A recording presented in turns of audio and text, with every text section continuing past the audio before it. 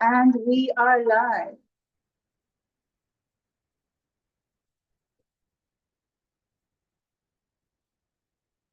We are quite excited in 5, 4, 3, 2, 1. Ladies and gentlemen, welcome to the National Tourism Debate Quarterfinals. Today we witness an exciting face-off between Calabar boys and Charlemont High as they tackle the crucial motion on tourism investment strategies. Should the government prioritize cost-effective marketing while monitoring global trends, or should they immediately commit to substantial new expenditures? Both teams bring compelling arguments, and our esteemed judges will evaluate their reasoning, structure, and delivery. We anticipate a thought-provoking exchange that will challenge perspectives and encourage innovative thinking. Let's welcome our teams as we begin this exciting debate. We have from Calabar Boys, Justin Walker, is that correct? Walker, Joshua Palmer, and Rashid Myers.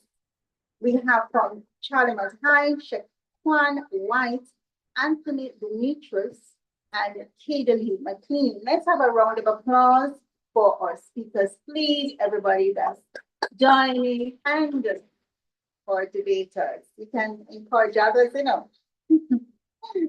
We want to thank our sponsors, Fontana Pharmacy, Moon Palace, Royalton Resorts, Pier 1, Wards Transportation, and the GHT Association.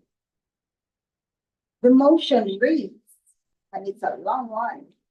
This House believes that the government prioritize cost-effective enhancements to the existing campaign while monitoring U.S. travel policies, economic trends, and geopolitical developments before committing to substantial new expenditures in tourism marketing. We have proposing the motion Calabar Boys, and opposing the motion is Charlemont High. And we are going to ask our speakers to pay attention to the timing. The first speaker, judges, is 7 minutes, second speaker 5 minutes, and the third speaker 3 minutes, followed by a rebuttal, which will begin with the opposing team. And in this position, we have Charlemont High, opposition government, and in government is Calabar Boys. We will now begin with our first speaker, Calabar Boys. Please begin.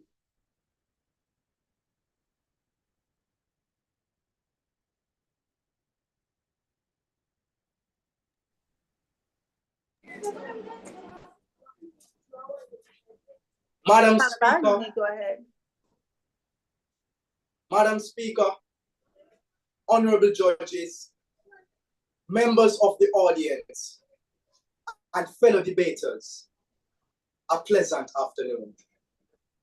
It is with great pleasure that I stand before you this afternoon in support of the motion that this House believes that the government should prioritize cost-effective enhancement to the existing tourism campaign while monitoring U.S. travel policies, economic trends, and geopolitical developments before committing to substantial new expenditures in tourism marketing.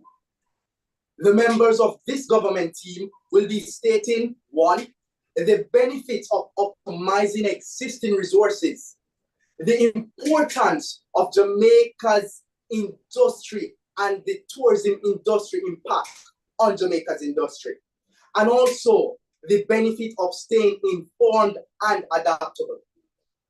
Before divulging in this debate, let me briefly lay out the definitions of some common terms that my dear opposition might find hard to define. Economic trends. According to uni.library.me, economic trends refers to the general direction in which an economy is moving over a period of time. These trends are often indicated by patterns in economic indicators, such as GDP growth, that's gross domestic product, unemployment rates, and inflation. Let me also give you the definition of cost-effective enhancement. Cost-effective enhancement refers to improving a process or product while reducing costs. These enhancements aim to save money or resources without compromising quality. Last but not least, let me define geopolitical developments for you. And it refers to how physical geography, resources, and human activities influence political power dynamics, national interests, and global conflicts. Now, without further ado, I, the Prime Minister, is ready to simply lay down these facts with evidence to support my claims that proposing this motion might just be the best thing that this country has ever seen. Madam Speaker, in today's dynamic global landscape, tourism has become a vital component of economic growth, cultural exchange, and international relations. Our nation, with its rich heritage and breathtaking landscapes, has immense potential to attract visitors from around the world. In order to capitalize on this potential, Madam Speaker, we must, and I say we must adopt a strategic and fiscally responsible approach to tourism marketing. Let me bring you to my first point about cost-effective enhancement, which is a prudent starting point in this debate. Our government has already invested significant resources in establishing a robust tourism infrastructure. Rather than abandoning these efforts, we propose to build upon them with cost-effective enhancement. This approach allows us to maximize our existing assets, minimize waste, and allocate resources more efficiently locally. Madam Speaker, for instance, we can leverage digital marketing platforms to amplify our message, engage with potential visitors, and provide them with personalized experiences. Social media campaigns, influencer partnerships, and targeted online advertising can be instrumental in reaching our desired audience. These tactics are not only cost-effective, Madam Speaker, but also offer measurable returns on investment. Madam Speaker, this stems from our previous debate with Calabar High, which painted a vivid picture when we were in that debate. Accepted. I read point of information. What is the strategic and feasible approach to tourism marketing that you're proposing? Well, the strategic that we are proposing would be to not just to bring in something new that would cost the country to go in depth. Think, my opposition leader, think of it like this. Think of it like renovating a house. It's better to build on what you already have than just introducing something that is totally new and alien to us that would cause our country to go in debt. Which brings me to my second point, my dear opposition leader. Please listen. We talk about monitoring US travel policies. This is a critical component. Now listen, as a significant source market for our tourism industry, the United States plays a crucial role in our marketing strategy.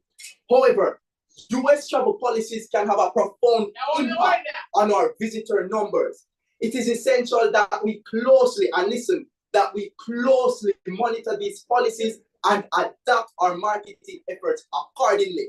Why should we do that, my dear opposition leader? Listen, Madam Speaker, by doing so, we can identify opportunities to capitalize on changes in US travel policies, such as shifts in visa requirements or travel advisories.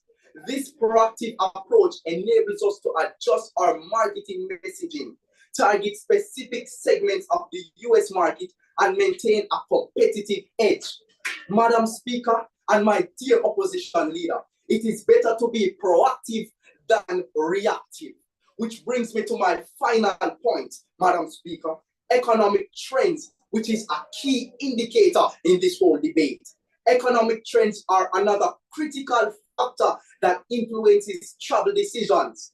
As our government, as the government, we must remain vigilant about fluctuations in the global economy, currency exchange rates, and consumer spending habits. Now, by monitoring these trends, we can adjust. So earlier I spoke about adapt. It is okay to adapt and to know when to adjust. In entrepreneurship, we learn about knowing when to pivot, and we can adjust our marketing strategy to resonate with potential visitors who are seeking value for their money. Madam Speaker, for example, during periods of economic uncertainty, we can emphasize the affordability and value proposition of our tourism offerings. When the economy is booming, we can focus on highlighting our premium experiences and luxury attractions. Madam Speaker, one young man is king in blind man country. This Jamaican proverb means that even a small or limited effort can be effective in a situation where others are struggling or lacking. Now, in the context of this statement, it suggests that prioritizing cost-effective enhancement to the existing tourism campaign can be a wise decision, especially when considering the uncertainties of US travel policies, economic trends, and geopolitical developments. Madam Speaker, in other words, the proverbs encourage a pragmatic approach, recognizing that sometimes less is more, and that making the most of what you have can be a better strategy than investing heavily in new initiatives. But this is a conversation that the opposition isn't quite ready for, which is why they would in fact oppose this motion and risk losing investor confidence, making it difficult to secure future funding for critical projects. But as usual, this is something the opposition has not put much thought in, and so the government side rests as we eagerly await the response of the opposition leader and her team. I thank you. Thank you very much, First Speaker Calabar Boys. We will now move over to Charlemont High.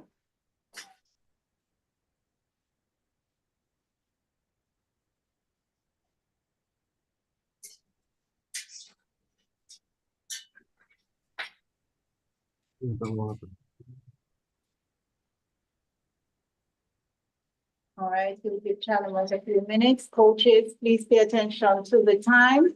Cue your speakers. If they're going over, the judges will stop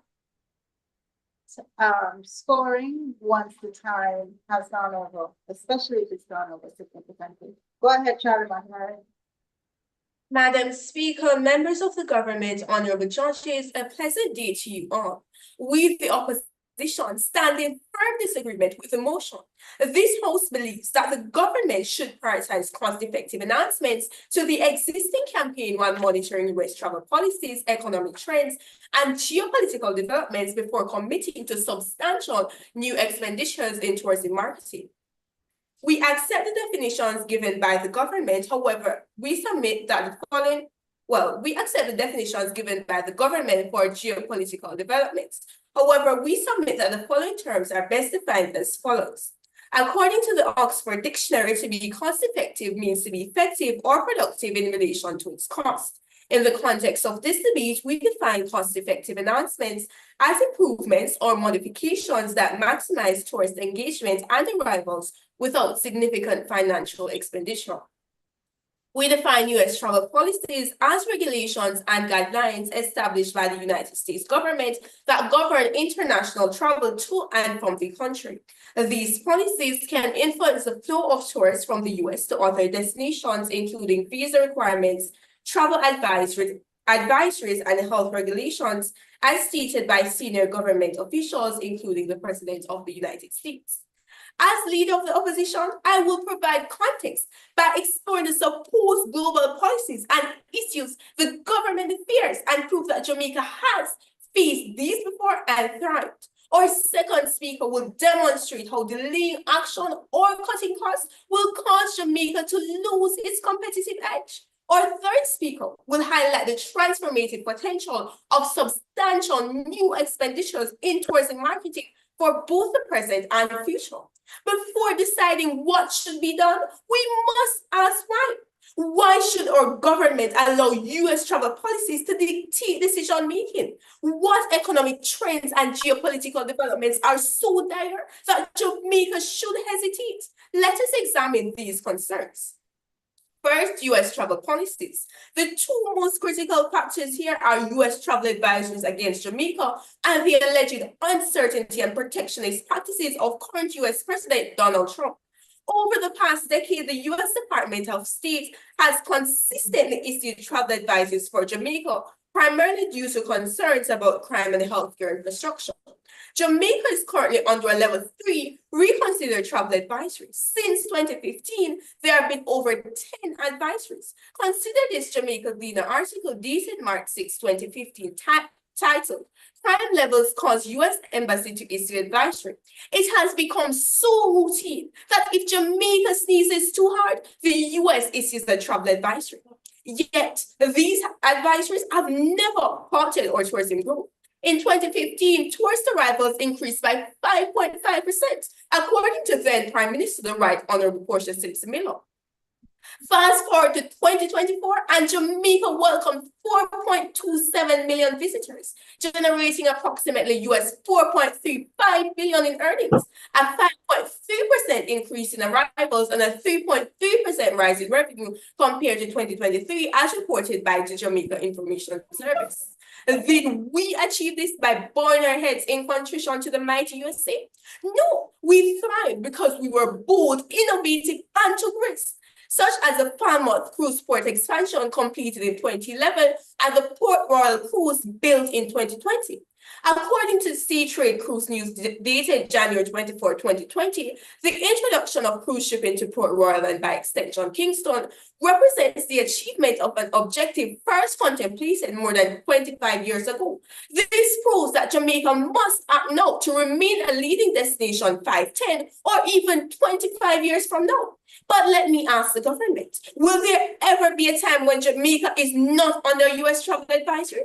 No, so why let them dictate our progress? As for Donald Trump, while we acknowledge his protectionist and erratic policies, particularly towards Mexico, Canada, and China, there is no evidence that Jamaica tourism is under threat. Trump is not banning Americans from visiting Jamaica. And let us not forget, we've already lived through a Trump presidency complete with a global pandemic. Pundits predicted irreparable damage to tourism, estimating a decade-long recovery. Yet, within just Point of 2 years, information. allow me to finish my point first. Jamaica bounced back to pre-pandemic levels, welcoming 4.1 million visitors in 2023. Go ahead.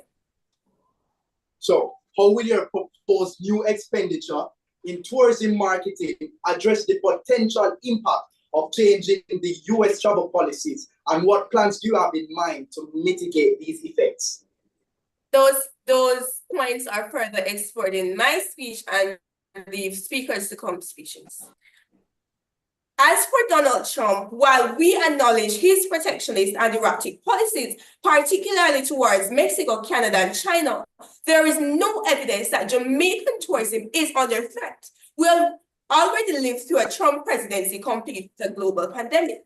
The war in Ukraine ongoing since 2014, the Great Recession, a global economic downturn from late 2007 to mid-2009, yet in 2008, tourist arrivals still grew by 4%. As reported in GI's article dated January 13, 2009, the record is clear. Jamaica's tourism sector has withstood crisis after crisis, yet continued to grow. It took a global pandemic to see any decline in tourism, and even that was temporary. Where is the so-called risk of doom and decline that the government claims? The data shows that Jamaica's tourism sector is our most resilient economy pillar. If there's any real threat, it comes not from external factors, but from within. From inaction, from hesitation, from a lack of courage to take risks. With the level of competition we face from Mexico and our Caribbean neighbors, if we snooze, we lose. We are not a people who retreat in the face of adversity. We rise to meet challenges strong and proud. This is what has sustained us, and this is what will propel us forward. Jamaica's success in tourism has never come from waiting. It has come from investment, bold decision-making, and a refusal to be intimidated by external pressures. Now is the time to double down on our efforts, not scale them back. We cannot afford to be reactive. We must be proactive. The world is changing, but so is Jamaica. We have seen what bold investments in tourism marketing can achieve, and we have reaped the benefits. Why stop now? Why gamble with our competitive edge when history has shown that action, not hesitation, is the key to success? The opposition stands firm. We must act now. We must invest now. We must move forward, not backward. Madam Speaker, honorable judges, esteemed audience, we urge you to reject this motion. Thank you.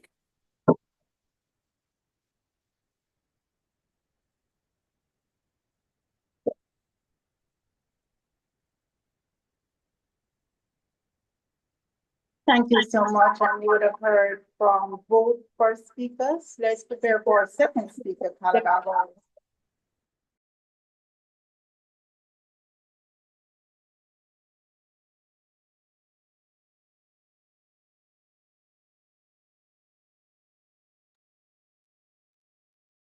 Calabar, you may go ahead.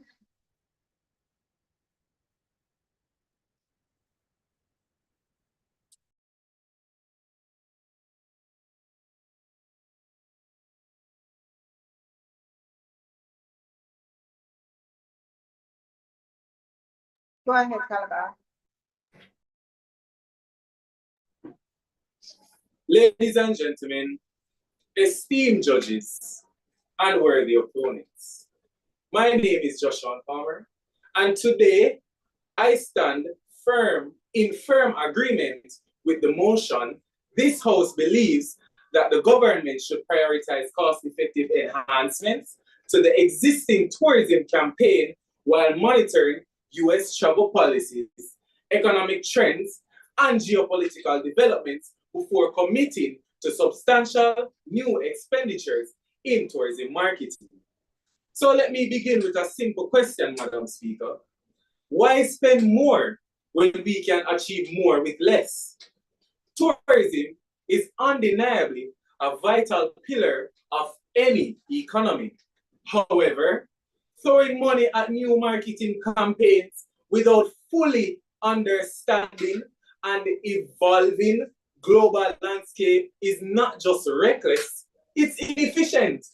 Smart tourism marketing isn't about spending more, it's about spending wisely. Which brings me to my first point, Madam Speaker. Let's talk about cost effectiveness. The government already has existing campaigns, infrastructure, and partnerships in place. Instead of launching expensive new campaigns, why not optimize what we already have? For example, digital marketing strategies such as targeted social media ads, influencer collaborations, and data-driven content can reach millions at a fraction of the cost of traditional marketing. According to Deloitte, digital marketing yields at 50% higher return of investment compared to traditional methods. Madam Speaker, by enhancing these existing efforts, improving website accessibility, personalizing user experiences, and leveraging virtual reality tours, we can attract tourists without burdening taxpayers. Excuse me? Point of information. Go ahead. Can the government name a period in the last 15 years when there was no economic concerns or geopolitical uncertainties?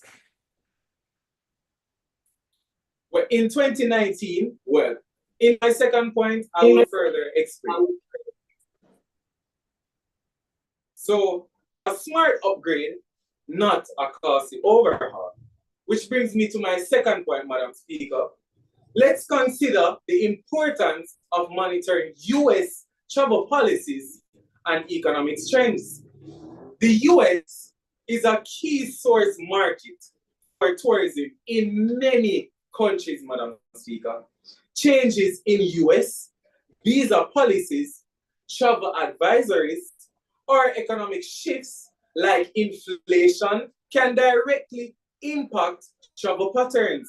For instance, after the 2019 US travel ban, on certain countries, tourism from those regions plummeted by over 30%. Now, Madam Speaker, imagine investing heavily in marketing to a market that suddenly faces travel restrictions, wasted effort, and definitely wasted money. Now, by keeping a close eye on these policies and trends, the government can pivot campaigns quickly, targeting markets that are actually viable at the time.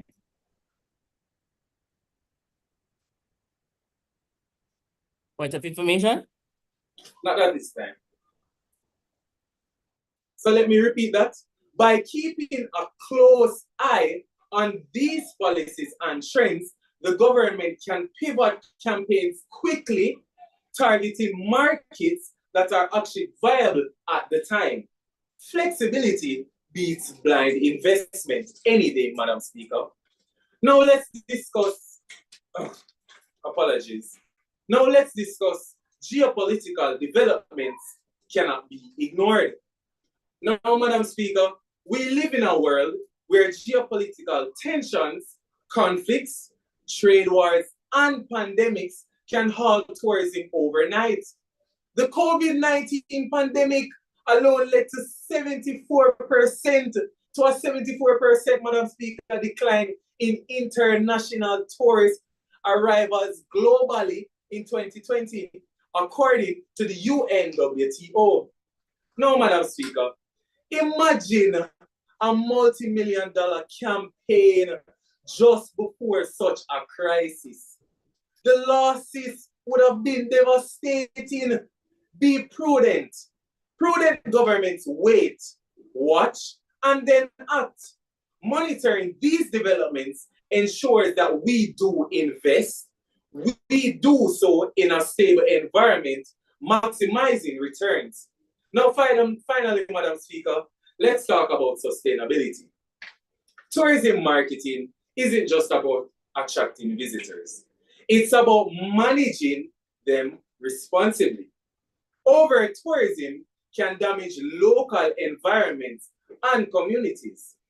Cost-effective, strategic enhancements can focus on sustainable tourism, targeting tourists who spend more, stay longer, and respect local cultures, Madam Speaker. This is definitely not a debate about whether tourism is important. We all agree that it is, but the real question is, how do we invest wisely? By enhancing existing campaigns cost effectively, by staying alert to US travel policies, economic fluctuations, and global political shifts, we now can ensure that every dollar spent delivers real value. So let's choose smart strategy over reckless spending. Let's choose precision over extravagance. Because in tourism marketing, it's not the loudest voice that wins, but it is the wisest one. Thank you.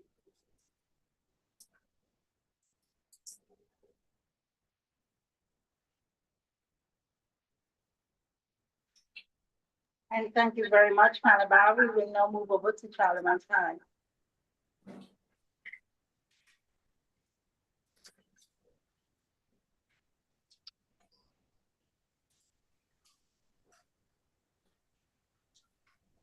And this will be Anthony Demetrius. Please go ahead.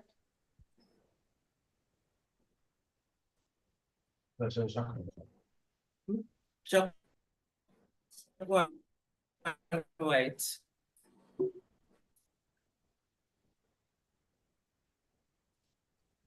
Coach Bennett, he may begin.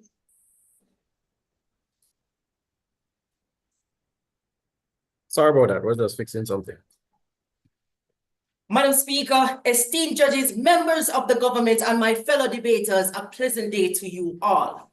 They say fortune favors the bold, but this motion, it suggests that Jamaica should sit on the sidelines, waiting for the perfect economic conditions, the most favorable US travel policies, and a world free from free of geopolitical uncertainties before investing in our tourism marketing. No, I dare the government to name a time within the last 15 years when there hasn't been economic concern or political turmoil in the world.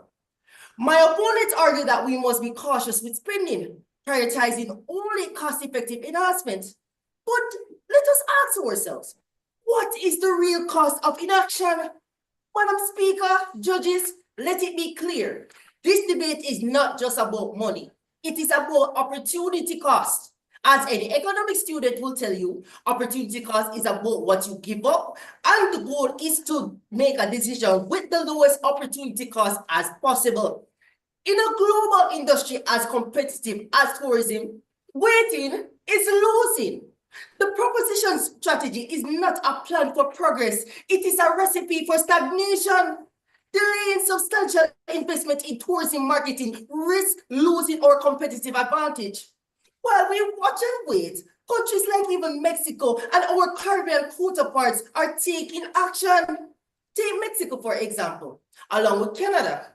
It faces severe pressure from US travel policies and geopolitical maneuvers, threatening its economic position for at least the next 4 years. But is Mexico adopting a wait-and-see policy toward tourism? An MSN article dated January 22, 2025 titled Secure Boost Brand Mexico at the 2025 International Tourism Fair in Madrid highlights how Mexico's Federal Ministry of Tourism has rolled out an ambitious strategy to position itself as one of the most influential global tourism events. So, is the government saying we should cancel our plane tickets and sit this one out? Mexico is diversifying its market.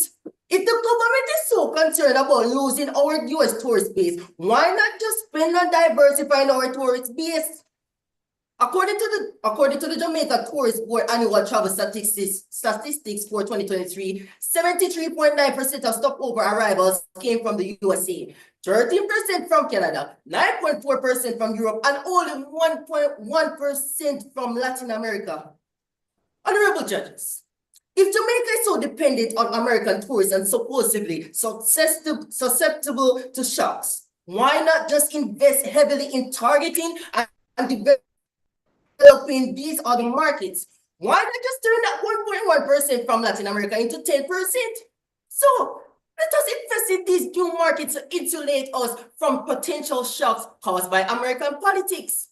Mexico is just doing that. According to the Bank of Mexico website, about 62% of its tourists come from the USA, yet it actively works to expand and diversify its tourism product into other markets. And they have far more to be concerned about than us. It's not just Mexico. This is a race, a Caribbean showdown where our competitors like Bahamas, Barbados, Trinidad and Tobago, and the Dominican Republic are not waiting for external conditions to be perfect before marketing their destinations. Tourism will grow with or without us. According to the Ministry of Tourism article dated October 28, 2024, and I quote, Jamaica's tourism sector is set for continued expansion as global travel surges for 1.5 billion travel tourists worldwide in the next 2 decades. Minister Bartlett urged local tourism partners to be innovative and adaptive to the emerging trends, emphasizing that Jamaica must be prepared for the rising wave of travelers by building capacity and offering superior service. The issue is where these travelers will come from and where they will go. Our challenge is to create the capacity within Jamaica to benefit from this growing activity, said Minister Bartlett. So, side government, what happens if we hesitate? If we wait for the perfect moment? We lose market share, we lose visibility, and we lose tourists. Let me be clear. Tourism is not an industry where you pause and hope for the best. It is an industry, and it is an industry where you stand out or you are left forgotten. And with that being said, the side opposition pauses for now.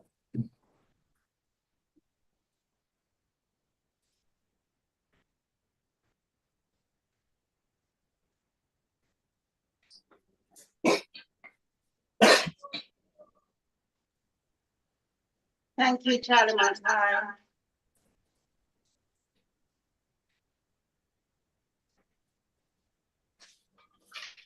Calabar.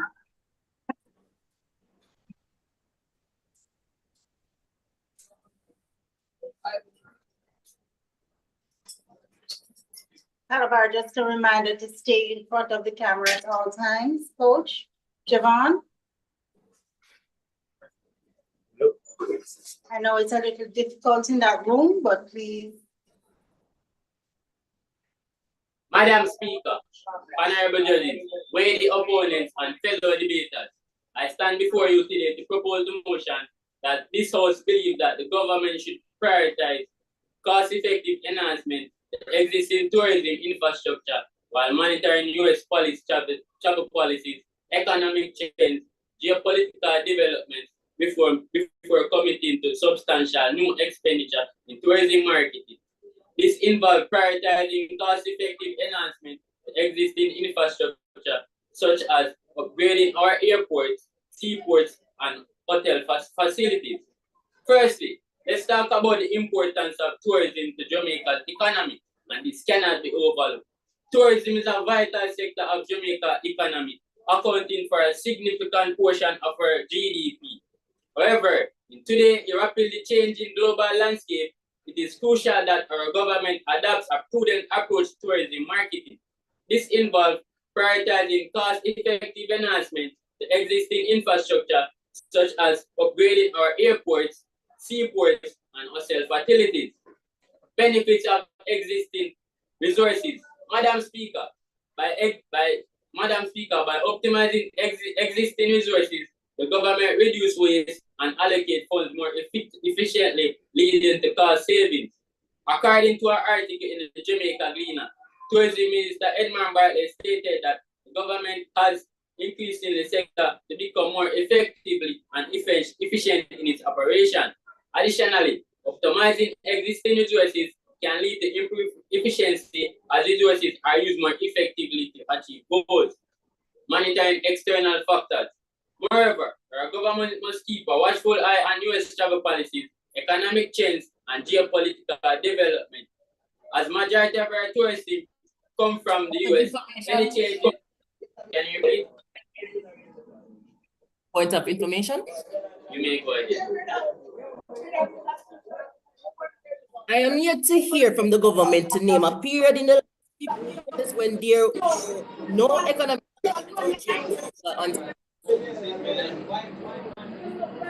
Can you repeat the question, please? I was saying I am yet to hear from the government to name a period in the last 15 years when there was no economic concern or geopolitical uncertainties. Okay, so over the last few years, the government has improved economic development. And as a humanities student, I have recognized that firsthand. So for example, in the 19th century, when the Washington Consensus was established, which was a form of economic policies that were established within the Caribbean to optimize economy. May I continue? Benefits of staying informed and adaptable. Staying informed about external factors such as U.S. travel policies and economic trends enables the government to make better informed decisions about tourism marketing and infrastructure development. According to our article in Jamaica Gleaner, Tourism Minister has established a monitoring system to track changes in the global tourism market. Madam Speaker, being adaptable allows the government to respond quickly to changes in the external environment, ensuring that industry remains competitive. Evidence of prudent approach. In fact, according to the Jamaica Tourist Board, the annual growth in stopover visitor arrival in Jamaica between 1986 and 2002 was 5.0%. I repeat, 5.0%. This growth can be attributed to a government prudent approach to tourism marketing and infrastructure development. Not accepted. Statistics supporting the motion. Furthermore, our government focus on cost-effective enhancement to existing infrastructure evident in the statistics. According to the Statistical Institute of Jamaica, the tourism industry direct gross value added to Jamaica's GDP, I repeat, gross domestic product has been steadily increasing over the years. Madam Speaker, judges, guests, and worthy opponents, this is why my teammates and I wholeheartedly agree with this motion that this House believes that our government prioritization of cost-effective enhancement to tourism existing infrastructure by monitoring U.S. travel policies, economic trends, and geopolitical development is a prudent approach to tourism marketing. This approach has yielded positive results in the past and will continue to benefit our economy in the long run. Thank you.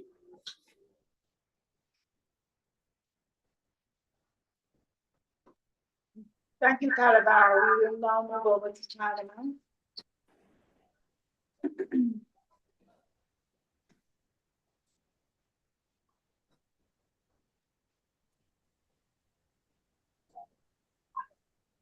Madam Speaker, esteemed judges, members of the government, and my fellow debaters, a pleasant day to you all. The first speaker on our team demonstrated that Jamaica has historically thrived despite economic and geopolitical uncertainties, proving that waiting for ideal conditions is unnecessary. Our second speaker outlined the dangers of inaction, showing how delaying substantial tourism marketing investments would cause Jamaica to lose its competitive edge to proactive nations like Cuba and our Caribbean counterparts. Madam Speaker, when we talk about substantial new expenditures in tourism marketing, we do not mean posting a few social media ads or hiring an influencer to talk about Jamaica. We are talking about high impact, strategic investments, such as developing large-scale promotional campaigns in key international markets, hosting mega tourism expos to attract travel agencies, airlines, and investors, upgrading digital infrastructure to improve Jamaica's online booking experience and data-driven marketing, strategic partnerships with international airlines to secure more direct flights to Jamaica, and expanding Jamaica's global advertising presence, not just in the US, but in Europe, Asia, Latin America, and Africa. These require real financial investments. Now is the time to invest in new markets.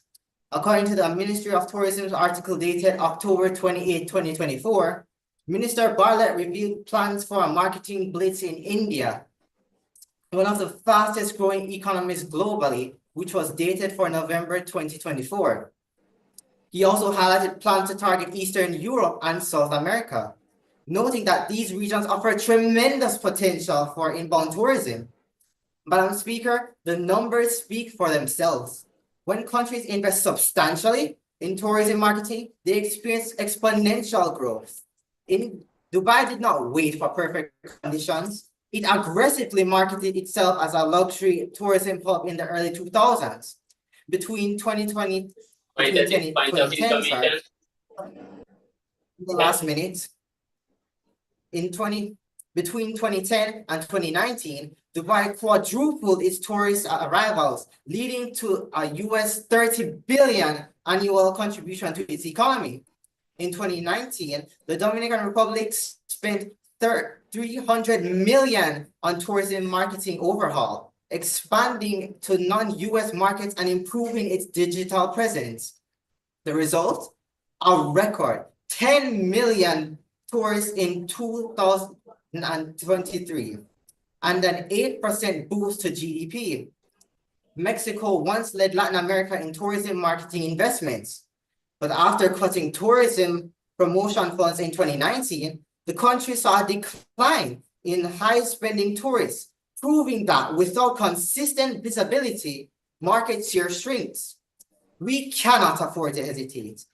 In the next 5 to 10 years, the next generation will reap the benefits of a stronger, more diversified, and more resilient tourism sector if we invest now.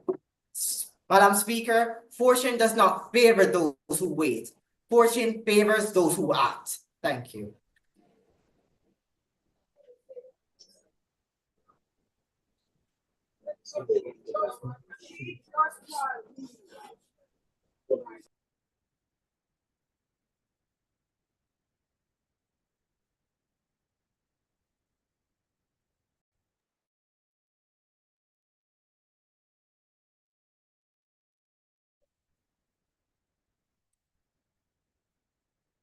Go ahead, Calabar.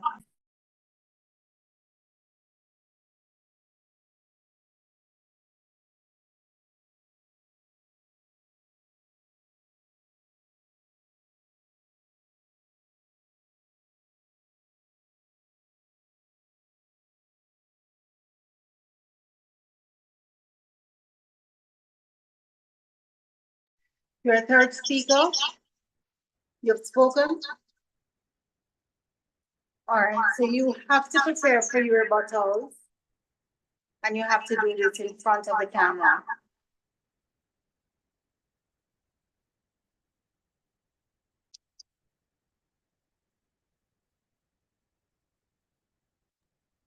Charlemont, the same goes for you. Michelle, Yeah.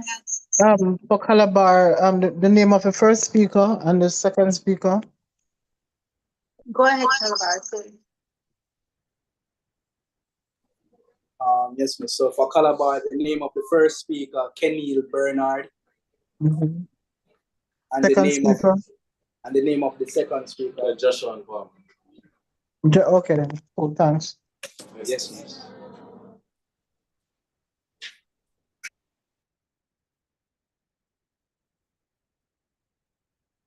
Okay, students, I just want to remind you that rebuttals, it's a full 100 marks, so spend time on that.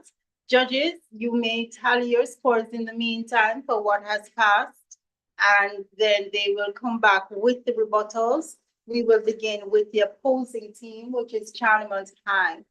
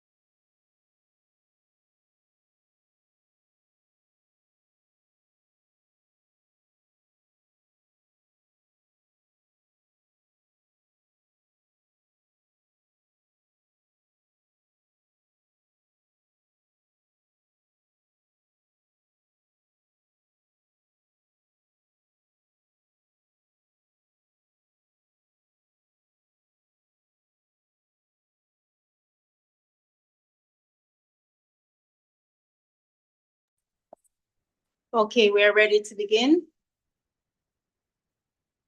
Calabar, who will be doing the rebuttal?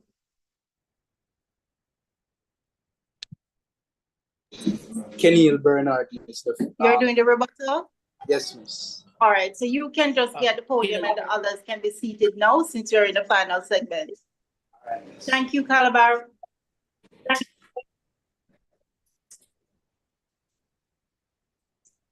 Judges, please stand by. We will begin with the opposing team.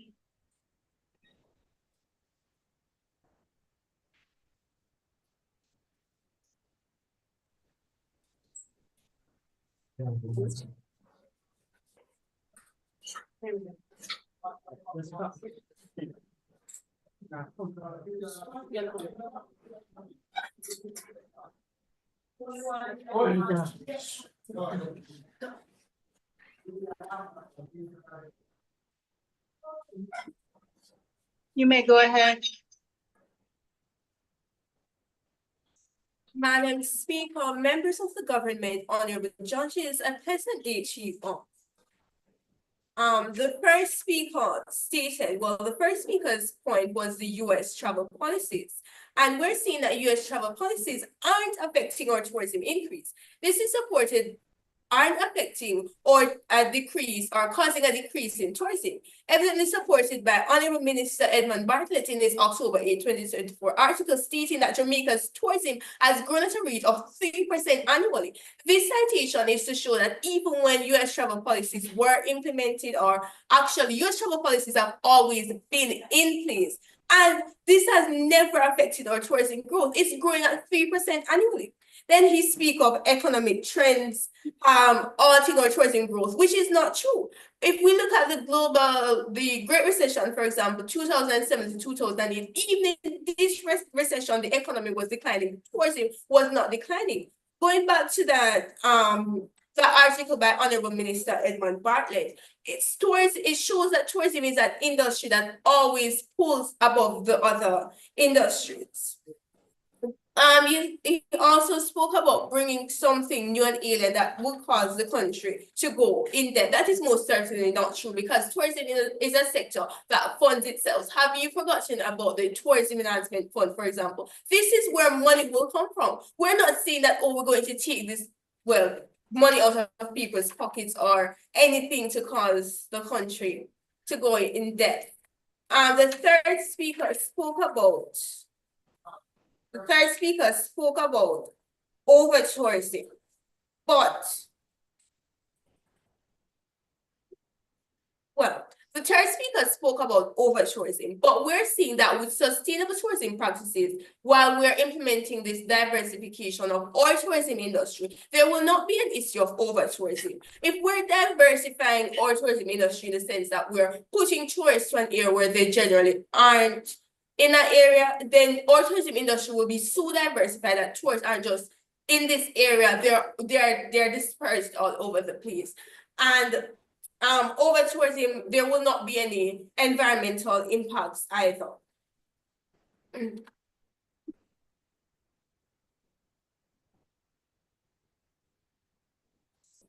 you seeing there was a 74% decline in tourist arrivals. This is false. That is not true, because in our articles or the research that we have done, it shows that there's a 3% increase. Also, yeah. Oh yes, and 2019, you also spoke of a global of a recession or something. That is also false. Right. Thank you.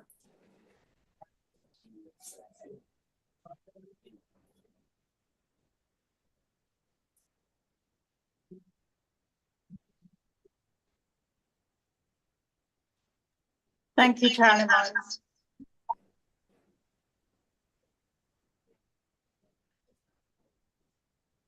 Go ahead, Calabar. Honorable judges, worthy opponents, fellow debaters, I stand before you today to present a compelling rebuttal to the opposition stance on tourism marketing.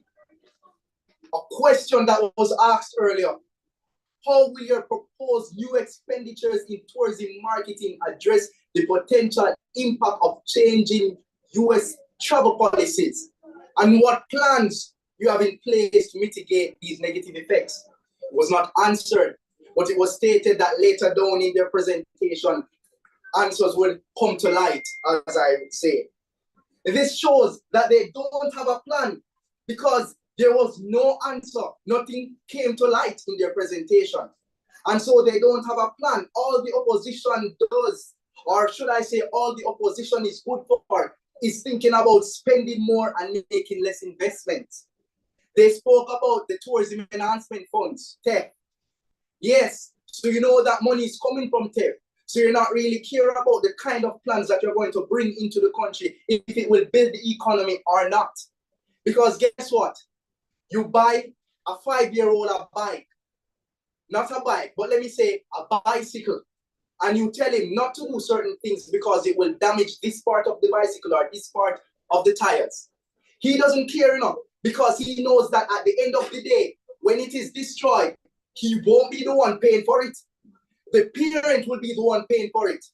And so I'd rather this government give their money to a college student with more brain power than to a party that does no research on what exactly to do to build this economy. Please listen. My opponents argue that we need to think big and invest in new marketing strategies to stay competitive. However, I'd like to say that this approach is precisely what got us into trouble in the first place. We've seen numerous examples of costly marketing campaigns that failed to yield significant returns. Instead, we should focus on optimizing our existing efforts, leveraging data-driven insights to refine our targeting and allocating resources more efficiently. It is quite simple. It is very simple.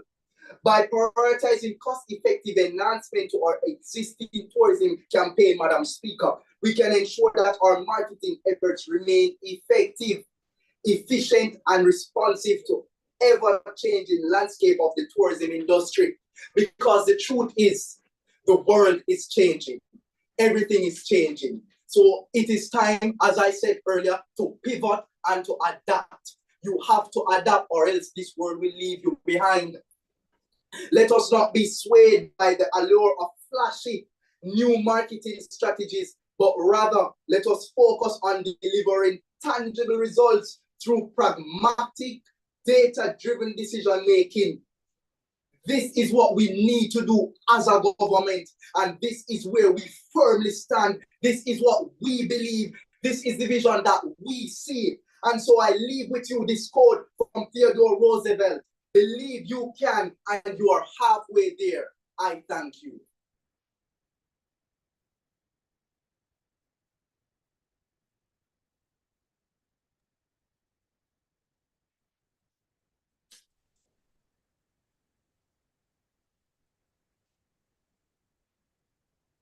Excellent, excellent. Wow.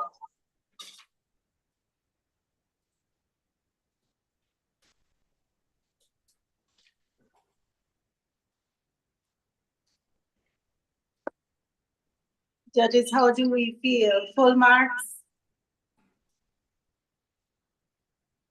I think we both had two very, very strong matches today, February 24th.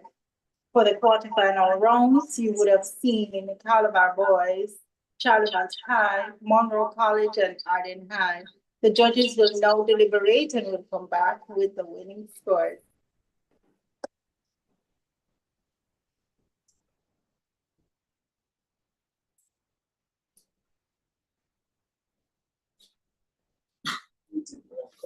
Calabar, you may be seated. It's okay. The match will conclude with the judges.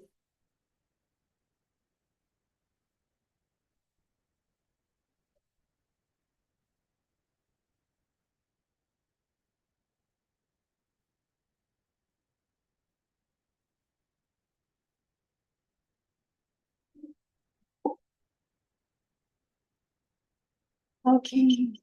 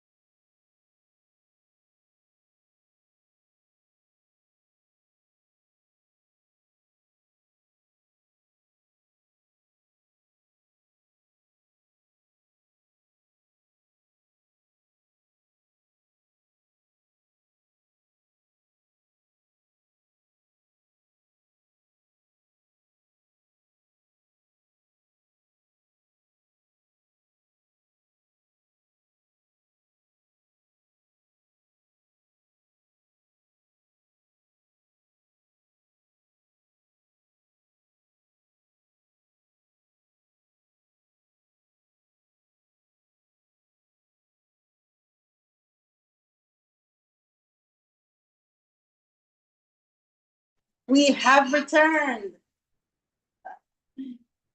How are students? How is Calabar? How is Charlemont? We will begin with Gavay Watt first. He will give his pointers. All right, good afternoon. I think this was a very good debate. I think it was almost evenly matched debate throughout. I wished, however, that both teams would have think outside of the box. And even when it comes on to the main argument that you are trying to diffuse and you both chose to center the debate on the US market, that you would have looked at those numbers, whether to work it against your opponent or to work it in your favor. And I'm just going to use one quick example to highlight where I felt both of you could have strengthened your arguments. He kept on with this, when you speak about travel advisories, of course, the US have a great impact. And we're speaking about that travel advisory, but neither team spoke to the percentage of tourists that come to Jamaica from the US. Neither did either team seems to speak to how much earnings come into the country from that. And even though both teams speak about the tourism minister and the recovery from COVID and the growth in the numbers in that regard, neither team spoke to the fact that, okay, are the US numbers holding steady and the numbers increasing elsewhere where we're seeing this growth? Or are these travel advisories not having any impact at all and the numbers in the US are increasing and growing in that regard? I would just encourage both teams in going forward in debating that you practice to look at the arguments that your teams could possibly, or the opposing team could possibly propose, and also look at your arguments and trying to shut down our support. And if you're putting forward numbers and it becomes and the debate moves away from just, making the arguments to what the facts are, that you come with those numbers to both say arguments, but great debating from both teams. In particular, I like the style of the first speaker from both teams. I think they were pretty calm and controlled. I would have wanted, though, to see them under a little bit more pressure with some point of information to see how they would have handled that. But good effort from both sides. Thank you, Mr. Watt. Suzette Brown. Okay, good afternoon again, everyone. I'm quite impressed with the overall presentation from both teams. It was quite a challenging question or moot point to debate. And I mean, under the circumstances, I think it was handled well. However, as a marketer and someone who's into, that field, I figured outside of just the focus on the money, the spending and that kind of thing, or just the focus on money period, there could have been some focus brought to bear on strategies that you're proposing, because you could also use the strategy to defend whether or not you need, there's need for additional expenditure or new expenditure, or to continue with existing expenditure. There's also the case that, you tend to hear the saying, never let a good crisis goes to waste. And as a result, one of the things that could have been challenged was, when things get hard, whether it's the geopolitical issues or the economic issues, do you spend more or do you hold back? What is the best approach? That could have been challenged a bit more. There's also the issue of the new markets. I think that could have been, challenged some more, or could have been spoken to some more in terms of some of the markets. And one team attempted when I mentioned Mexico, Dubai, and all of those. But that could have been, from a little stronger part of the overall presentation from either side. The use of the Tourism Enhancement Fund, and that could have been kind of pursued a little bit stronger, because what was the purpose of the fund if not marketing? And then again, if you had some idea as to the strategies that you wanted to highlight, you could have put forward a better argument for or against. So either team could have taken that. But overall, it was a solid presentation in my mind. Yes, one team clearly there'll have to be a winner. I was impressed with the the first speaker from Calabar and the first speaker from Charlemont, as well as the second speaker from Charlemont. You know, so at the end of the day, really good, it's a balanced presentation in spite of everything else. Those are my Thank few you, words. Suzette. Thank you so much, and thanks for being here. Safari will now announce the winning team and his points and recap of the match. All right, sure. So I'll just give a recap first. So a very close match, in my view. They both teams brought great points as usual. Charlemont comes with a well-researched team. Calabar, you guys also did very well too. I think the problem that well, I think the problem that the judges and I had with was there was a lack of, once again, engaging with the motion, and instead of, well, motion broadly, instead we see s- specifying, like targeting specific areas and then uh anchoring the argument in those areas alone, which can be a very strong strategy. But then when the other team now debunks that, what do you do with your argument, right? So for example, Calabar, your points tend to anchor on. So you guys are essentially proposing having an agile approach by monitoring the geopolitical events, including U.S. travel advisories. You guys want a more conservative approach to spending, by and on a straight out lick out the whole we can't be using TEF as like the benchmark, which is a very good point. However, as Miss Brown just said, what is it there for? Right? It does serve a purpose, but you did make us wonder, can we just use it as the it all be all to position this experimental approach being proposed to us by Charlemont. Charlemont did a great job in debunking your argument because your argument anchors on the US market. While it is smart to say, okay, with a bunch of travel advisory, which is something that Jamaica is not new to, why not position ourselves to take advantage of, appealing to the US market? However, based on data provided to us by Charlemont, US market does not, like, the advisories do not negatively impact the tourists that come here both from the US and elsewhere. I wish both teams would have also positioned and